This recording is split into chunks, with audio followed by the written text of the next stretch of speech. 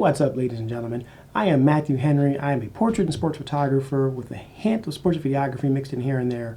I'm based in West Central Texas, and today we're going to be talking about strobe lighting, or also known as off-camera flash. Now, the company in particular we're going to be focusing on, if you couldn't tell by the thumbnail, is indeed Westcott. And the product that I'm really going to be talking about today is the Westcott FJ800 strobe light, which is my primary key light in most situations. And in this video, I'm going to talk about why. Let's get into it.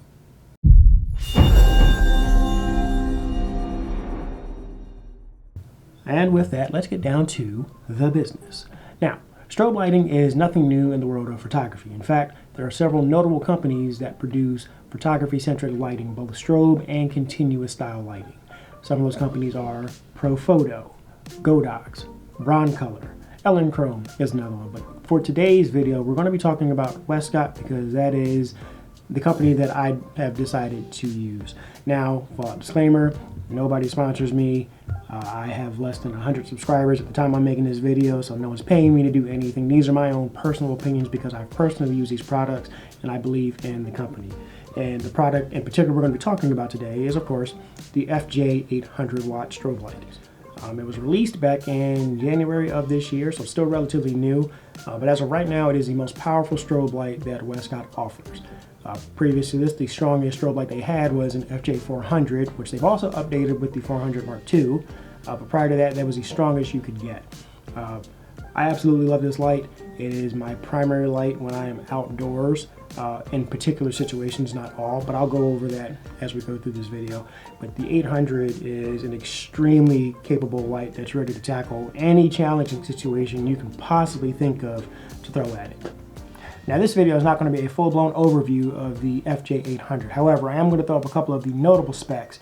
And then if you want to see more, Westcott has their own video on the in-depth specifications of this light that you can check out.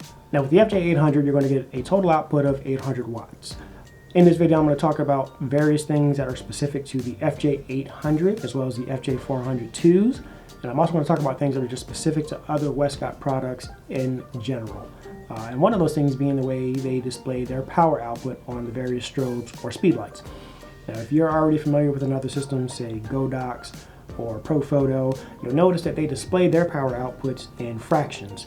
And for instance, let's just say full power on a Godox flash or speed light would be displayed as 1/1. Westcott doesn't use a fractional system. They just use number systems, and it's a lot easier, or I think it was easier when I first got started to read. Low power would be 1, and then the highest output would be 9. That would be the equivalent of full power to, say, Godox or Profoto. And then within that number system, you can make fine-tune adjustments within 1/10 adjustments to those. So you can go from 9 and drop it down to 8.2 if you don't need full power. But it gives you that ability to just fine-tune. And with the brand new FJ800 and the FJ400-2s, they have the ability to change that number system to fractional output if that's what you're already familiar with. Let's say you're coming over from another system like Godox or Broncolor. If that's what you're used to, you can customize that on the new Westcott products to show in a fractional system if that makes it easier for you to understand and use. So, very nifty feature. Okay, so, Future Matt here. When I was editing the video, I realized I misspoke. So when I talked about the fractional display on the 800 and the 400, that's actually not done on the light itself. It's actually done on the trigger. So when you go into the menu, if you go down to where it says display, you can change that to fractional. So it's not done on the light itself. When you do change it to fractional, this is what you're going to see. Just wanted to clarify. All right. Back to you, Pass Matt. Now, a new addition to the FJ800 as well as the 400 version 2 is an upgraded modeling light which now comes in at 30 watts. On the previous version of the FJ400, you had a 20 watt modeling light that you could not adjust the color temperature on because it was set at a consistent 5500 Kelvin. That also goes for the FJ200 as well as the FJ82. But on the new FJ800 as well as the 402, not only do you get a dedicated menu to control not only the light output, but the modeling light on both the 800 and the new 400s are also bicolor, with a temperature range of 2700 to 6500 Kelvin. Now, it is only a 30 watt light. My key light, for example, is a 120 watt. It is the Westcott 120B. In comparison, the 30 watt light is not going to put out enough power to compete with a 120 watt. But in a pinch, if you're outside at night with low ambient and your camera is struggling to focus on whatever subject you're trying to focus on, that 30 watt with the ability to adjust the light output as well as the temperature range should help you get enough light on your subject to focus properly to get a really good, decent exposure in low light situations. Okay, now this next feature that I'm going to talk about is probably one that I was the most excited about when these lights came out. And if you're a volume photographer of any kind, or you do a lot of team shoots, where you're constantly having to break down your lights to create a different look and offer a variety of images to your clients, well, this next one is a game changer, and it's called the Creative Mask Mode. Now, if you have not seen this yet, I'm going to link a video that really goes in depth about the Creative Mask Mode, how to use it, how to get it set up, and what it can actually do. But I'm just going to tell you right now, this thing allows you to set multiple scenes with a single lighting setup. And within that lighting setup, you can assign a single light to fire on a specific sequence throughout that scene. So you could do one that's a standard portrait, where you have your key light and 2 rim lights that fire off at the same time. You could set the next sequence to have just the rim lights fire, creating some kind of silhouette. Or if you have another strobe that has a spotlight or a Fresnel attachment, and you've got a gobo that's got a window frame on the background, on your 4th sequence, you can set that one to go off. That way you've got that attachment that's firing in the background, creating multiple looks, all without having to touch a single light or move anything. That is legit. Now, I have not done this myself yet because the only light I have that can do this is my FJ800. You do have to have either the 800 or the brand new 402s in order to use this, as the originals don't have this feature. But when I do get more, and I am going to get more simply because of this feature, this is going to speed up a lot of my sports sessions without me having to take time moving lights, adjusting them, resetting light power.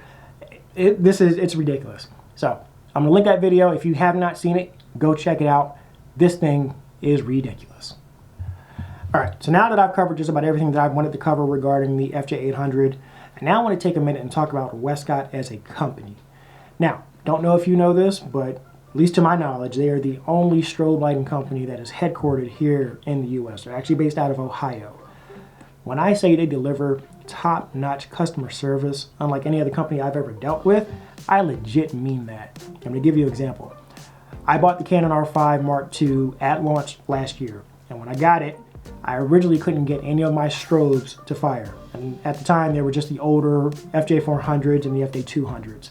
Well, I kind of knew that going in with the new camera, there was probably going to be some issue with incompatible software or incompatible firmware. So I reached out to Westcott, and after a couple of days, I got a response back that gave me a workaround that would at least allow my Canon R5 Mark II to fire when I was under 1/250th of a second, which is the camera's native sync speed. So if I was at 1/200 or lower, no issues. But at the time, I couldn't use high-speed sync. About another week goes by, got another email from Westcott, and it actually included beta firmware that will allow me to use high-speed sync with the R5 Mark II. I don't know of any other company that would have done that. One, not only did I get a response from a person, but they gave me a fix that would allow me to go and do what I needed to do with a couple of shoots I had coming up. Alongside with that, I've had issues where I've dropped a couple of lights, well not dropped, but the wind knocked over a couple of my light stands. And I've had issues with pieces being broken on, say, one of my FJ400s. I actually have one where the mount is actually missing a piece because a reflector fell with it and it broke off a part of the Bowens mount. So now I can't affix a reflector or a softbox to it, so it's pretty much unusable. Well, Westcott allowed me to get a replacement FJ400 that was used, but for a nominal fee, and didn't have to cost me out of pocket buying a brand new FJ400. Now, I do have equipment insurance, but I didn't feel like going through that route. But working directly with Westcott, they allowed me to replace that FJ400 for a fraction of the cost. No other company would have done that. If I was a Godox user and I had an issue where I dropped a light on a shoot, it would have been like, too bad, so sad, buy a new one. So, kudos to Westcott. If that means anything to you, look into them. Their support alone is worth it. but then the products they also offer are also top notch, especially for the dollar to value you get out of it.